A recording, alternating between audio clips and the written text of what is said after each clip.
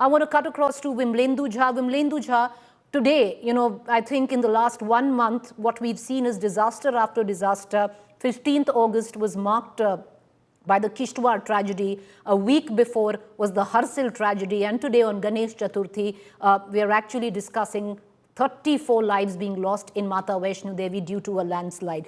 Clearly, there is something that is going horribly wrong. What we claim as natural disasters are practically man-made climate choices now. It's apparent. Absolutely, Preeti. So, not just last 1 month, last 2 months, we've seen what's been happening in Himachal. And last decade, we've actually seen so many such events.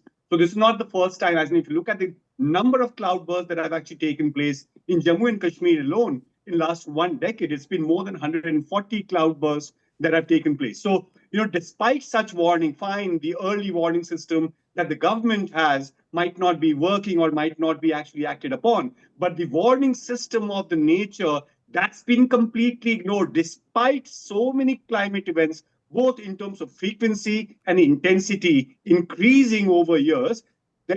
And despite that, we don't see any change in our course of work, as in the roads that were actually devastated in 2023, 2 years ago, that's been so-called repaired, and the same road has actually given way. Right now, every visual that you're actually showing, the river is claiming over the territory that belonged to the river in that sense. So, when we have such signs, when we know climate change is not an academic discourse, it's a reality. India is actually, and mostly the ecologically fragile Himalayas from Ladakh to Arunachal is showing such signs again and again, loss of life, loss of livelihood. We don't see that kind of prompt action. Imagine, you were covering and you were talking about Dharali.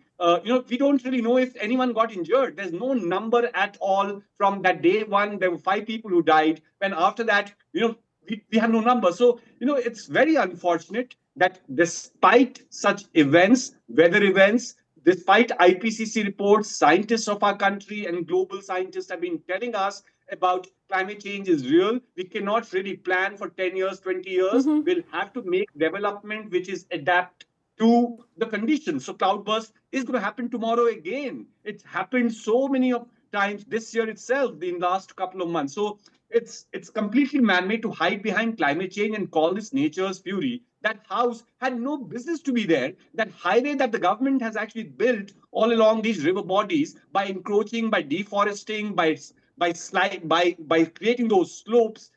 What is that landslide? As a lot of local newspapers have actually reported that the entire trekking route where the landslides have happened that's where thousands and thousands of trees have actually been chopped.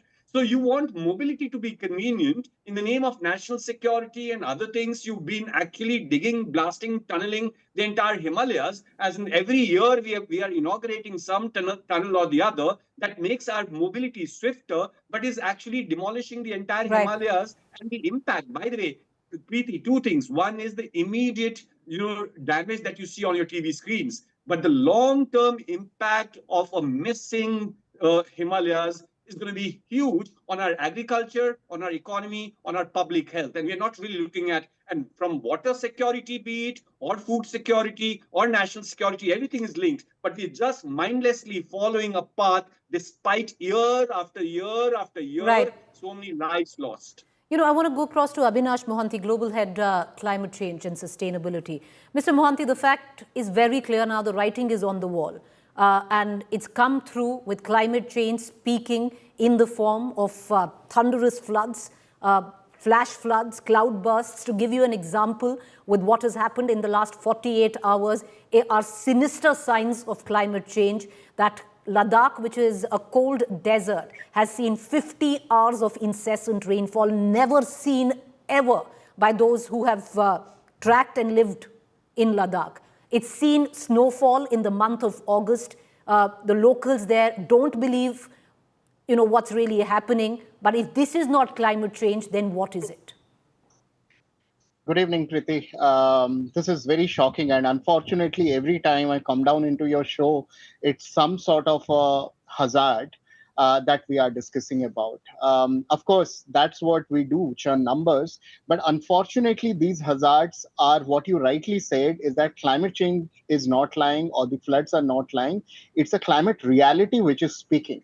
And let's not also shy away what Bimlendu said, that everything can be shied away under the blanket of climate change. What is happening now is actually a combined cascading impact of unsustainable planning coupled with urban decay and climate change. Yes, you're right. and then third thing within this is we have been ignoring this science. Now, if I have started exercising, then I need to exercise within my limit. I cannot go into an extent where my hearts don't pump blood.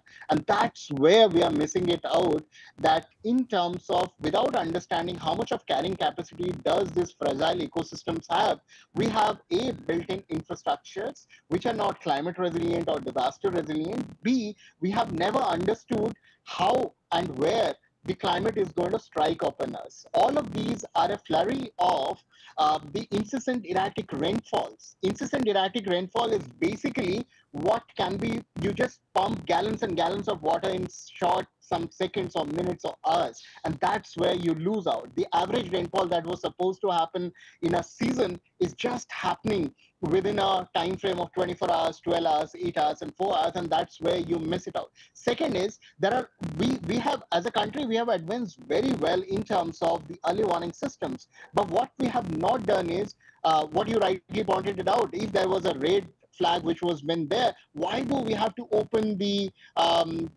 space or the second route for Vaishno Devi Darshan? And that's where we ignore science, right? So at a short term, at a mid term, and at long term, we always miss it out. Now, what do we do about it? We have been discussing about the problem, but what do we do about it? Science enough is there in terms of understanding what fragile ecosystems can actually withstand. Let's try to build in that science into our larger developmental plans. That's point number one. Point number two, that can be done through doing hypergranular risk assessment. It's not that we are not doing, we're doing it, but we are doing it in piece and meal. Whereas the flurry of problems that are happening is massive, right? So you need to have a national imperative going on in terms of understanding this, number one. Number two is you need to converge it as a national emergency. We have been looking at this disaster from a reactive approach. Disaster happens, and then we start having these conversations. Let's go 5 days back, 2 days back, and let's just have it. Odisha has done it. I'm not talking about Florida, Colorado, or the Western global North countries speaking. Odisha has done it. In 1999 super cyclone, 10,000 people died. And that, when of a one level below super cyclone happened, cyclone happened in 2019, there were single digit. In fact, less than 5 number of people actually lost their lives in terms of the emergency preparedness. So we have got best cases moving around. Let's try to bring science as well as the developmental pathways aligned together. And that's where a real amount of awareness can be generated, and accountability needs to be fixed on this. Who is going to be accountable? Is it NDRF? Is it IMD? Is it NDMA? Or is it the local government who is going to be accountable for the loss of those 34 people, or those 34 people taking the risk of visiting Vaishno Devi? So these accountability questions need to be asked hard, and hard-hit questions need to be answered. It shouldn't be shied away just having these fortnightly discussions. Or right. No, you're clear. Yeah. It's an SOS where the climate chaos in this country is concerned, and it needs to be addressed on a war footing, viewers. And there are sinister signs for all of those who were second-guessing climate change. This is how it actually speaks, and you can see it on your television screens. I appreciate both our guests for joining us. Thank you there. And when we talk about sinister signs, I'll give you 3. It snowed in Ladakh in the month of August, never happened before. Jammu has received more rainfall ever. There is no record that stands before the rainfall it has received in the last 24 hours. Number 3, let's talk about Ladakh again. 50 hours of incessant rainfall. The locals there have never seen it. There is no record of it. Ladakh was to be a cold desert. All of these are signs sinister ones of climate change. This is how it speaks, viewers. And it's taken 34 lives where Vaishno Devi is concerned. Larger questions remain to be asked of the authorities at Vaishno Devi Mata. If route number 1 was shut because there was a red alert and there was a clear warning, why was route number 2 still open?